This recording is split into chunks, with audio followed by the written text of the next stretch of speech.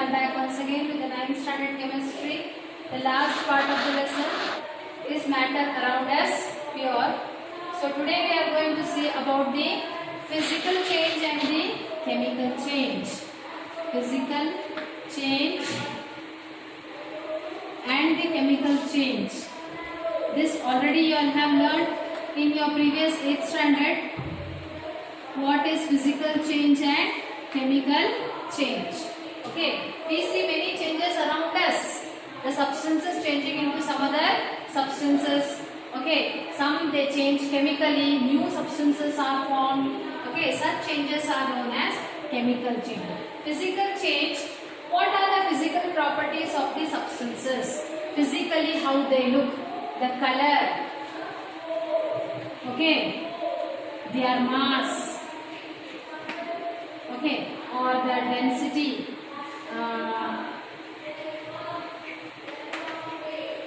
their odor, how they smell, their boiling point, their melting point, and most importantly that is the state in which they exist, the state of matter. Okay, whether they are solid, liquid or the gaseous state. Okay, so these are the physical properties of a substance. Okay, what is their color, their odor, their size, their shape, or the density, what is their mass, how they smell, at what temperature they melt, at what temperature they boil, and in which state they exist, whether they exist in solid state, liquid state, or the gaseous state. All these features, these are the physical features. If there is change in the temperature, only these features will change. Okay, their physical properties only will change without altering their chemical property. So in physical change, no new substance is formed. No new substance is formed. Okay, only there is change in the physical property. For example, ice, when heated, it forms water. Ice, when it melts, it forms water. So here you see there is only change in the physical state, that is ice is solid, water is liquid. On heating, ice absorbs the heat and changes into water. So there is only change in the physical property, that is solid is changing into liquid, but there is no change in the chemical properties. Ice is also made up of water molecules. Liquid water is also made up of water molecules. Their chemical constituent does not change. The chemical constituent remain the same. So such a change in which there is no formation of new substance, there is no alteration in chemical properties, only there is change in the physical properties. Such a change is known as a physical change. This already you have learned in detail in 8th standard. Chemical change. In chemical change, there is a formation of new substance. Formation of new substance. Okay, there is change, a new substance is formed and there is a chemical change. Okay, so for example, you see burning of paper. When paper is burnt, what do you get? You get ash. Okay, ash cannot be reversed, and moreover physical changes are, most of the physical changes are reversible.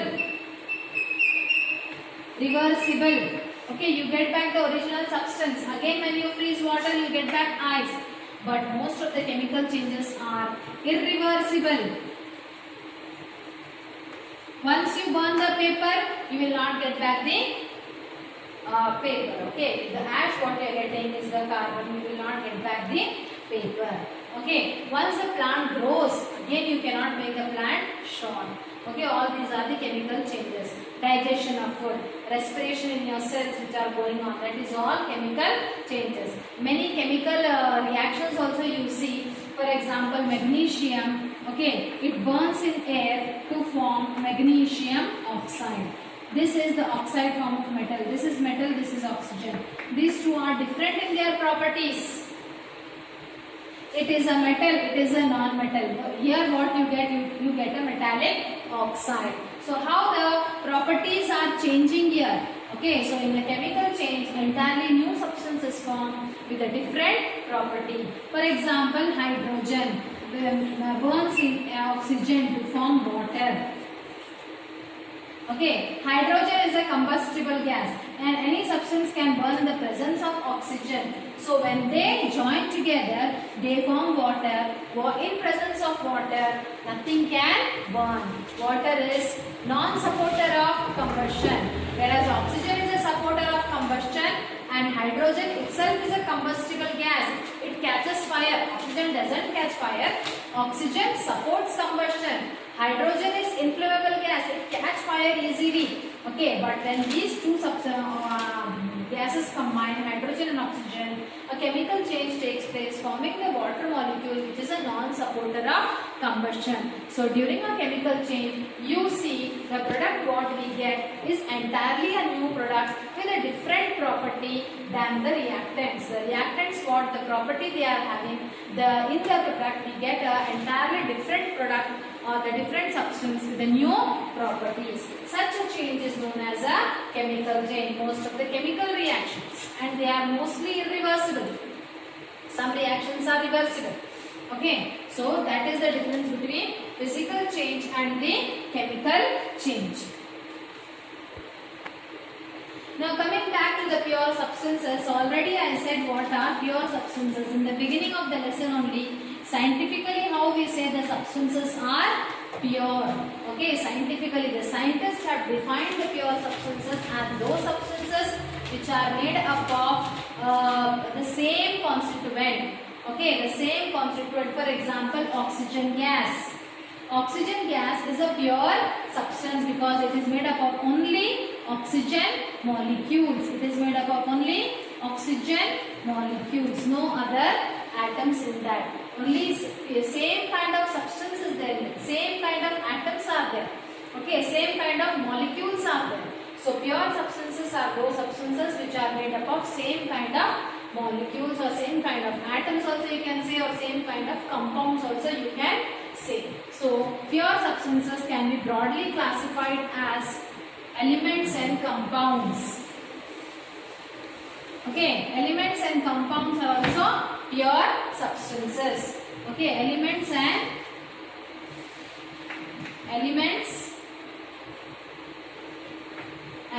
compounds are the pure substances. What are elements? Elements are the basic building blocks of any substance or any matter we can say.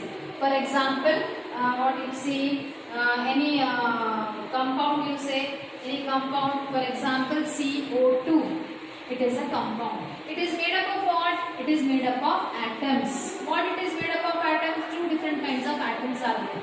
Carbon atom is there, oxygen atom is there. Carbon is one element, oxygen is another element. So whatever the substance you take, whether it is a compound or higher molecule of any compound or a simple compound, whatever you take, they are made up of basic substance, that is the element. Carbon is the element, oxygen is the element here. Okay, any metal you take, for example sodium metal. Sodium metal. It is made up of what? It is made up of sodium atoms. All sodium atoms bond together, they form a sodium metal. So element is the basic building block of any matter. It is the simplest particle. It is the simplest particle which cannot be broken down further chemically. Chemically you cannot break an element. By some other means you can break. But chemically, chemical reaction will not break the atoms into other or the simpler one. When you break the sodium, it will form sodium atoms only.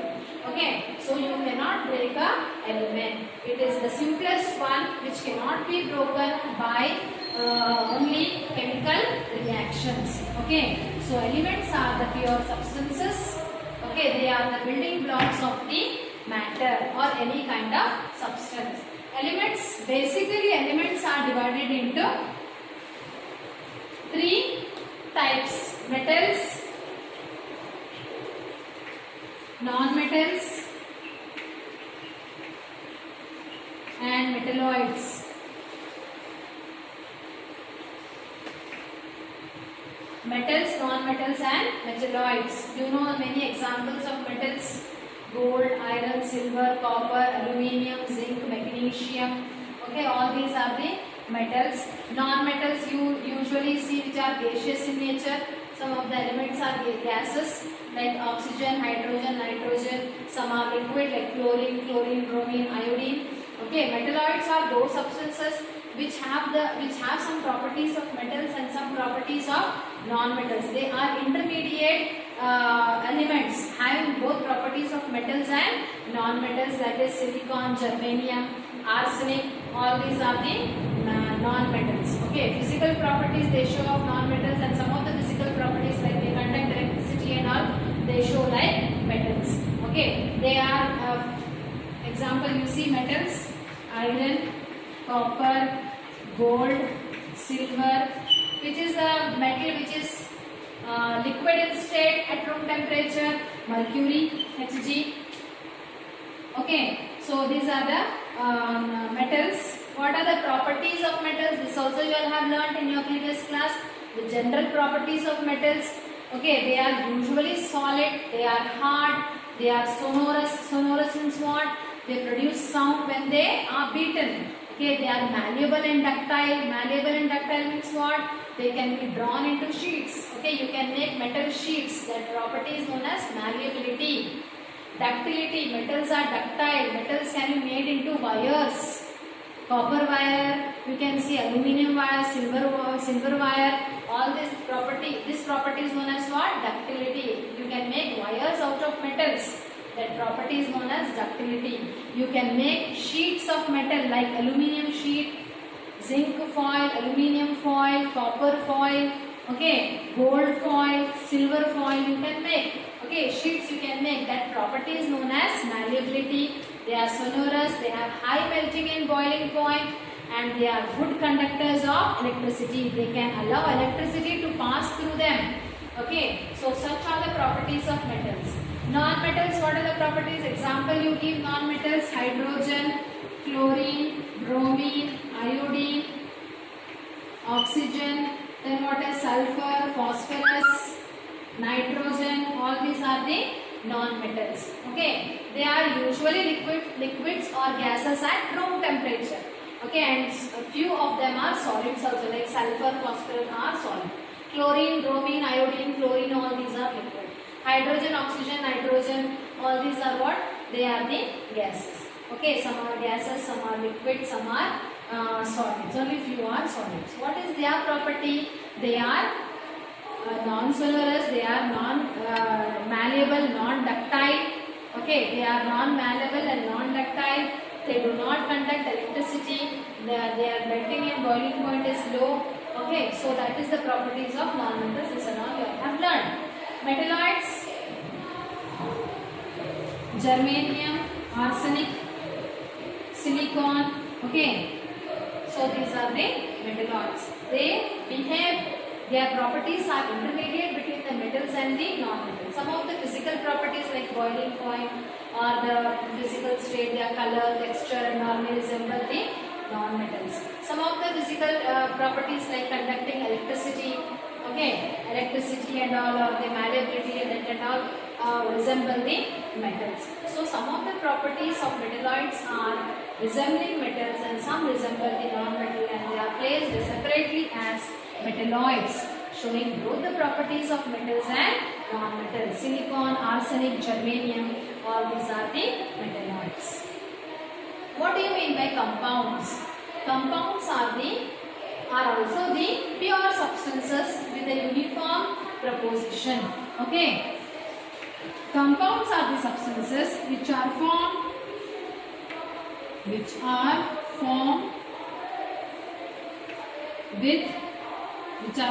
by combining two or more elements in definite proportion.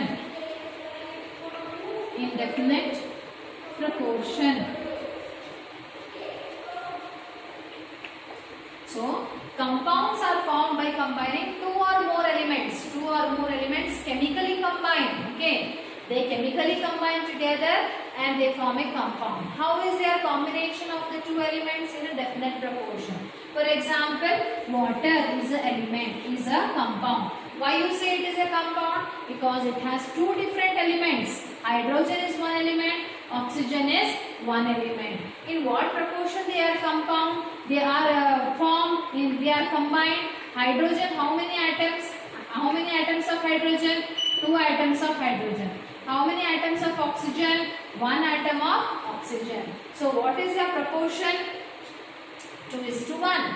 Okay, always in water, wherever water you find on the earth, the molecules of the atoms are present in this proportion only. The molecule of water are present in this proportion only. 2 atoms of hydrogen, 1 atom of oxygen. That is the definite proportion in which they have combined. Okay, for example, carbon dioxide is also a compound. Why it is a compound? Because there are two different elements here. Carbon is one element, oxygen is another element. Carbon is in one ratio, 1 atom of carbon and 2 atoms of oxygen. So what is that? 1:2, 2 is their proportion. So in definite proportion they are combined. For example, CaCO3. Here you see 3 different elements are there. Calcium, carbon, oxygen. Okay, calcium, carbon, oxygen. Calcium, how many atoms? 1. Carbon, how many atoms? 1. Oxygen, how many atoms? 3 atoms of oxygen. So what is their ratio or proportion? 1:1:3. So that proportion is definite. They combine in definite ratio to form a particular compound. Their proportion doesn't change anywhere on the earth. So that is the difference. Elements combine to form the compounds. Okay, so that is the difference. Compounds are also pure substances, but they are made up of what? Made up of 2 or more than 2 elements.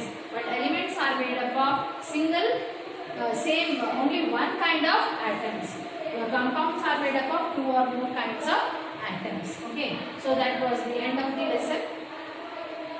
Hope so you have understood about the properties of metals and non-metals, the classification of the pure substances, that is metals, elements and the compounds. In elements we have metals, non-metals and metalloids. Compound, there are many examples of the compound. There is no such classification in compounds. Okay, so that was the end of the lesson. The notes of this lesson I will be uploading in the WhatsApp. So please go through the explanation. The previous units also you can revise from the beginning if you have not understood anything. And the notes what I am giving today, please write down those notes in your new class books. If you have not brought your books, come and do your admissions, take your books and start writing in your new class works, because school will be reopening soon. Okay, some arrangements will be done to reopen the school soon. So as you come to the school, you all should be ready with your notes, complete notes. Okay, so that further we can do our lessons without wasting our time. So you all will do and listen to what I am saying and do your work promptly. We'll meet in the next class. Until then, goodbye.